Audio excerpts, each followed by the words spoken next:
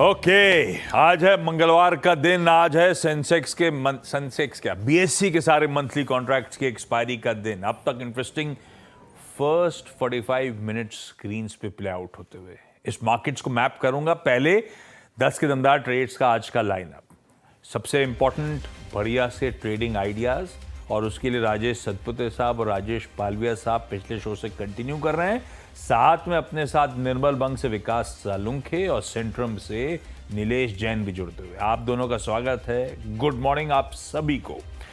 आगे big market voices की कड़ी में आज बातचीत होगी हीलियस इंडिया के सीईओ दिनशॉ ईरानी साहब से, और आगे केडियानॉमिक्स के फाउंडर सुशील केडिया भी होंगे।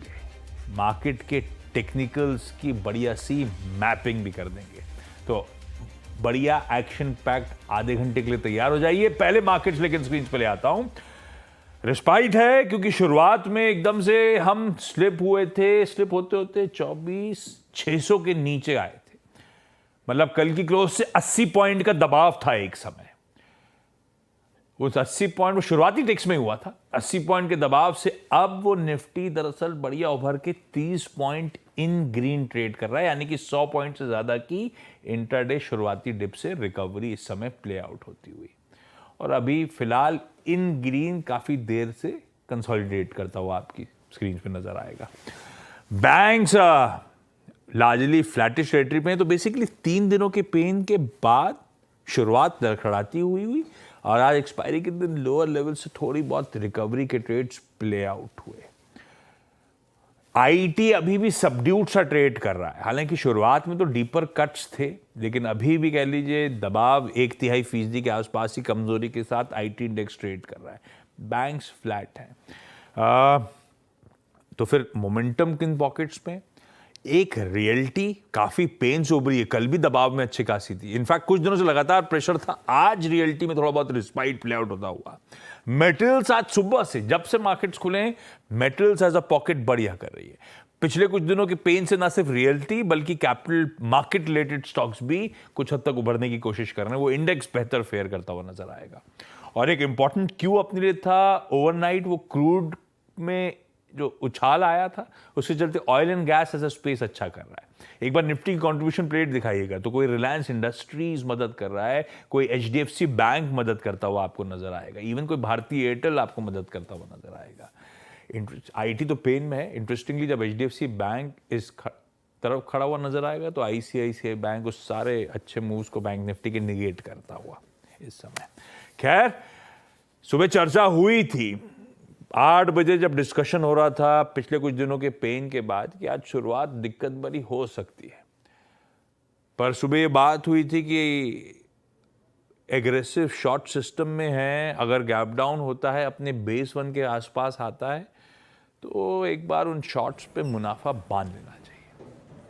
प्रिसाइसली उसी जोन्स पे आया। हमारी चर्चा हुई थी मेरे ख्याल से 569 से 613 हमारा बेस 1 था। यस, वो शुरुआती डिप जो 80 पॉइंट का दबाव में कह रहा हूं 600 के आसपास ही आए थे, वहीं से फिर वो कवरिंग के मूव्स प्ले आउट हुए।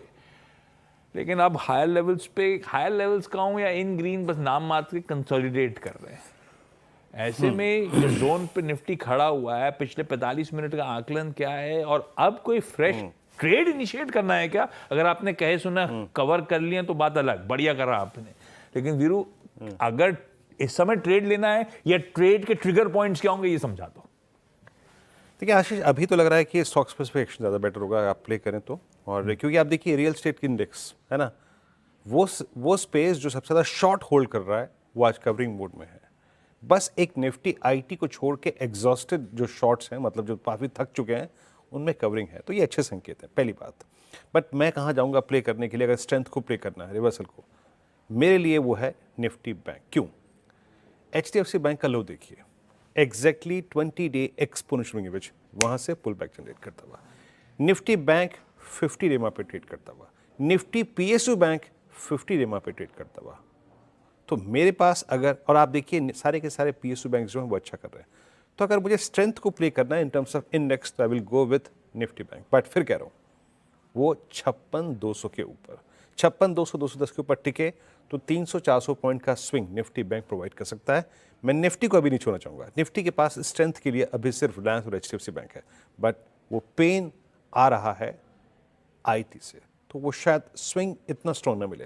तो मैं ज़्यादा रिलाय करूँगा आशीष पुल बैक के लिए निफ्टी बैंक पर। आशीष बिल्कुल ठीक। निफ्टी बैंक अगर पुल बैक कहीं ट्रेड प्ले करना है तो वो ये है, और इसका थ्रेशोल्ड 56 200 का है ना, 210 का, हाँ 210 210 का। आप एटलीस्ट एक पुट राइटर पे को रिस्पेक्ट देकर दूसरे कॉलाइटर्स के जोन को क्रॉस करें तब।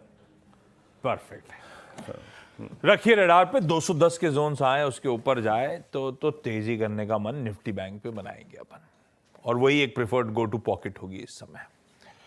आइए पैनल को दिखाइए और इस समय के बढ़िया से 10 के दमदार ट्रेड्स ले लिए जाएं। पालविया साहब, आपके 10 के दमदार ट्रेड्स कौन से?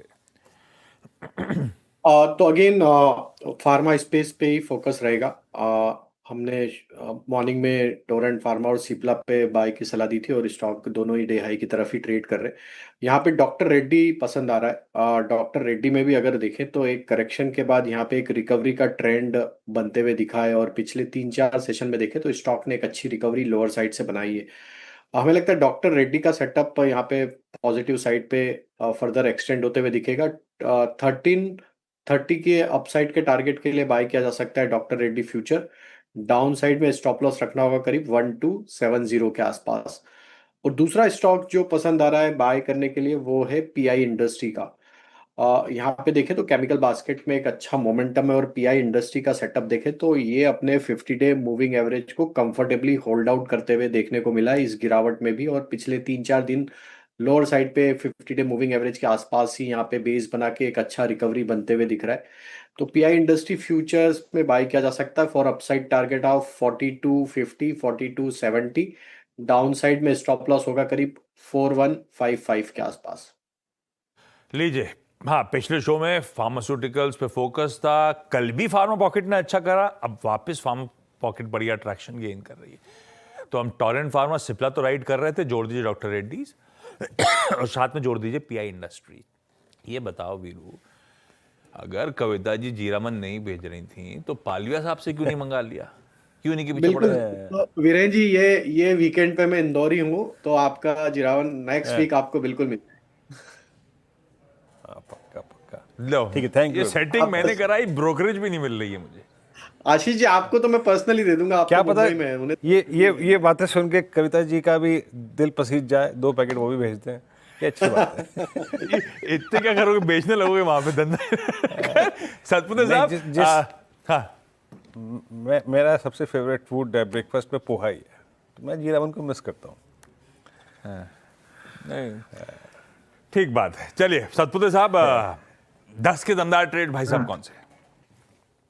अच्छा जी, देखिए पहला ट्रेड होगा जेएसएल का। जेएसएल अगर आप देखें तो एक अच्छा प्राइस एंड वॉल्यूम ब्रेकआउट मिला है अर्ली चार्ट पे। तो ये जो 680 का लेवल है इंपॉर्टेंट है, तो आज जो भी डिप मिलेगा 680 के आसपास, तो इधर that will be buying opportunity. Stop loss होगा 675 का। इसका स्विंग का टारगेट आएगा तकरीबन 700 प्लस का। तो जेएसएल ये पहला पिक रहेगा। एक सेल भी रहेगा, दैट इज पेट्रोनेट। मुझे लगता है पेट्रोनेट में आज वीकनेस है। राइजिंग चैनल का ब्रेकडाउन हुआ है, और इस ब्रेकडाउन का पहला टारगेट आएगा करीबन 285 का। सो एट लेवल ऑफ 296 285 के टारगेट के लिए बेचे। स्टॉप लॉस होगा 302 का। यार वो याद नहीं आ रहा है, ये जीरामन तो अपनी जगह सतपुते साहब कुछ भिजवाने वाले थे, मैं तो दिमाग से उतर गया, महीनों हो गए वो भिजवाते हुए इनके। क्या था सतपुते साहब? क्या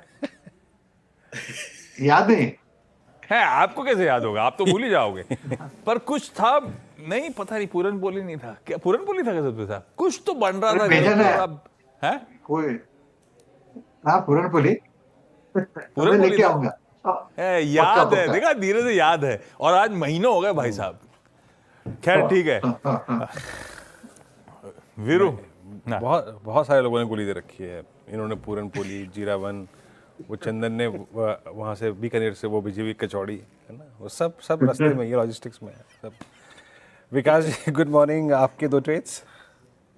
गुड मॉर्निंग वीरेंद्र जी। देखो, ओवरऑल मार्केट का सेटअप फिलहाल तो एक इम्पोर्टेंट सपोर्ट जोन पे, तो मेरा दोनों भी जो कॉल है वो बाई साइड रहेंगे। पहले तो ग्लैंड फार्मा मेरा बाय कॉल रहेगा 2096 के आसपास फिलहाल ट्रेड करते हुए देखने मिल रहा है। मुझे लगता है 2220 के टारगेट के लिए इसको बाय किया जा सकता है। नीचे में अभी इम्पोर्टेंट सपोर्ट 2040 के आसपास देखने मिलेगा, तो ग्लैंड को यहाँ पे बाय करना है। और दूसरा बाय कॉल रहेगा श्रीराम फाइनेंस। श्रीराम फाइनेंस में 640 के आसपास ट्रेड करते हुए देखने मिला है। कल हमने देखा था एक अच्छा अपमूव यहाँ पे देखने मिला था लास्ट दो ट्रेडिंग सेशन में, तो मुझे लगता है ये अपमूव यहाँ से कंटिन्यू होते हुए देखने मिलेगी। 660 के टारगेट यहाँ पे मुझे लगता है आते हुए देखने मिलेंगे।